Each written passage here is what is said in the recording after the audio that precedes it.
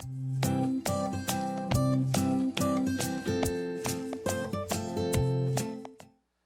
Dr. Hans Christofferson with you here today at Animal Care Clinics, and today it is time to have the talk about sex.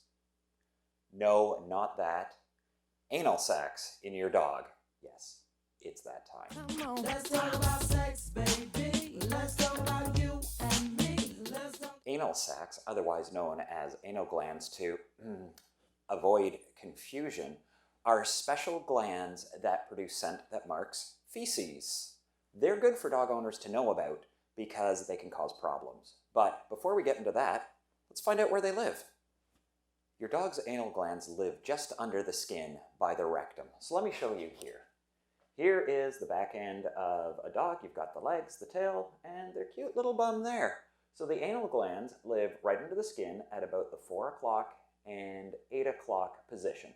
You can see we have a close-up here. There's the rectum, and there are the anal glands. They're dotted because they're under the skin. And for reference, they're about the size of a large blueberry. Anal glands produce the appropriately named anal gland secretions.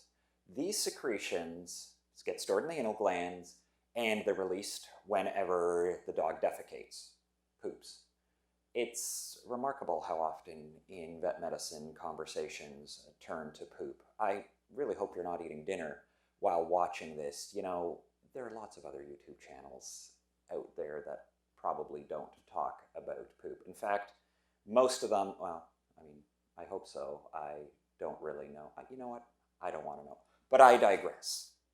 The purpose of these anal gland secretions is to act as a calling card to other dogs. It says, I'm here. This is my turf. This stuff is incredibly smelly. So it works pretty well for that. And so, you know, anal gland secretions have about the consistency of ketchup and the lovely light brown color that we thought was a really good idea on 1980s station wagons. Me, having grown up in the 80s, I'm well familiar with these. I also remember being loose in the back as we drove down the highway. Seemed like a really good idea at the time. I was wondering now how long I could do that for with my daughter before we got pulled over by the police. Not that I ever would. It was a bad idea then. It's a bad idea now. I'm just curious. Maybe 10 minutes? I don't know. The reason we're talking about this lovely subject, other than to ruin your dinner, is because anal glands can cause issues for your dog. When we say that they empty when a dog defecates, that's what they're supposed to do. In domestic dogs, they don't always do that. As dogs evolved from wolves to little pink poodles, okay, I know poodles don't come in pink, a lot of other things changed, including their anal glands. During this process, some dogs lost the ability to effectively express their anal glands. And as a result, they cause problems. The classic sign you'll see in a dog having anal gland problems is scooting. Scooting is when a dog tries to relieve the discomfort of overly full anal glands by rubbing its bum on the carpet. Lovely topics. Again, often dogs choose white carpets. They're remarkable at this. It makes an awful mess. So, what does it look like?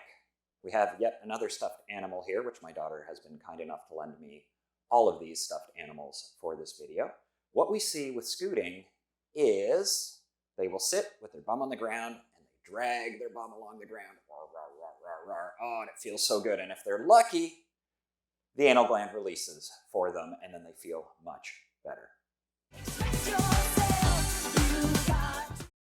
Issues with anal glands arise when a dog can't express the secretions in their anal glands. The secretions keep building up and the glands become overly full and they start to become really uncomfortable. We have a gland here, and as the secretions start to build up in the gland, that gland becomes overly full, it starts to become swollen, and it starts to become painful. The other problem that we have is this area isn't exactly the cleanest area. There's a lot of bacteria there.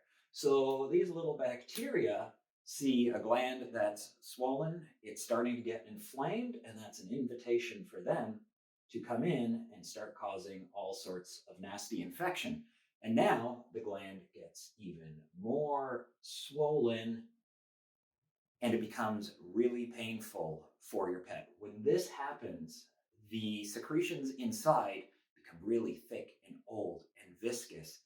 And sometimes even the duct here to the outside will become narrowed and inflamed.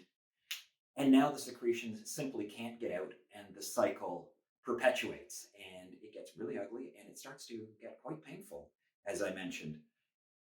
If we let this continue and your dog isn't treated, it can actually lead to the gland rupturing and it typically bursts out the back of the gland. This obviously is not great. And what we typically see is, fortunately, it bursts outside the dog. And people will come to us, to the clinic, with the complaint that their dog is bleeding from their bum. Now, they're not actually bleeding from their bum. They are bleeding from the burst gland that's burst through the skin right next to the bum. Easy mistake to make. Most people don't look too close back there, which is completely understandable. That's our job. So, how can we prevent this from happening? Fortunately, early on it tends to be fairly simple. If you see your dog scooting, come bring them to us and we'll do what's called a manual expression of their anal glands. The technique is, well, exactly what it sounds like. We take our fingers. Some of the older gentlemen watching this video will be more familiar with this technique than others. And we simply take our guy, be okay, buddy, and we insert a finger up into the rectum and we gently squeeze the anal glands, forcing them to express. Generally, dogs feel much better after this procedure, and there's typically not much more we need to do other than it's a really good idea to have a paper towel in your hand to catch this stuff because it can shoot remarkably far when we do this. There's occasionally an unlucky soul who happens to be right in the firing range, and it's not pleasant for them. Let's just say the anal gland secretions do their job. They're really stinky. That person is reminded of their unlucky endeavor all day long.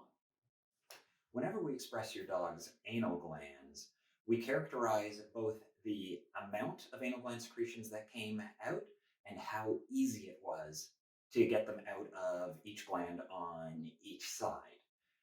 We do this because this lets us determine how often your dog needs to come in to have this done. One of the best ways to prevent anal gland problems, if your dog is one of those dogs that has this issue, is to come in regularly and have their anal glands expressed before they start to show signs like scooting. This way we stay ahead of the problem and it's far less likely to run into issues like abscessation and rupture. Finally, I thought I would end the video with some fun facts about anal glands. Yes, there can be fun facts about anal glands. Who knew? One of the things that we sometimes see is dogs will express their anal glands when they're scared or surprised. We get this in the clinic quite a bit, but occasionally as owners, you'll get this at home as well, and it's a surprise to you as well. Also, cats have anal glands. Now, they don't tend to cause nearly as much problems as dog anal glands do, so we don't tend to worry about them as much. Skunks, they have anal glands too, and they've done a really neat thing with their anal glands. They have modified their anal glands to be extra stinky and to shoot really far. Yeah, that's skunk spray I'm talking about. That is, in fact, that is their anal gland spraying. Lovely, isn't it? And finally, humans don't have anal glands. Whew! Well, that's all, folks. We are at the end. I hope this video didn't stink. What a bummer it's over. Ha ha ha. Thanks for watching. Hope to see you here again. If you like this video, please do subscribe. For more information, please visit animalcareclinics.ca or give us a call to book an appointment, 833-4MY-VETS. See you next time.